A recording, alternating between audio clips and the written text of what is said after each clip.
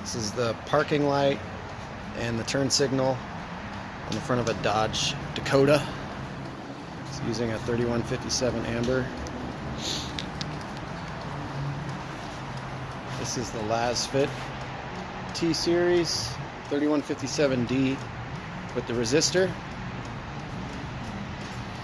Has a white parking light with a amber turn signal, and you can see the difference is quite clear. You can definitely tell when changing lanes, and this one not so much. Definitely improves safety, and again, no hyper flash, and has full CAN bus compatibility.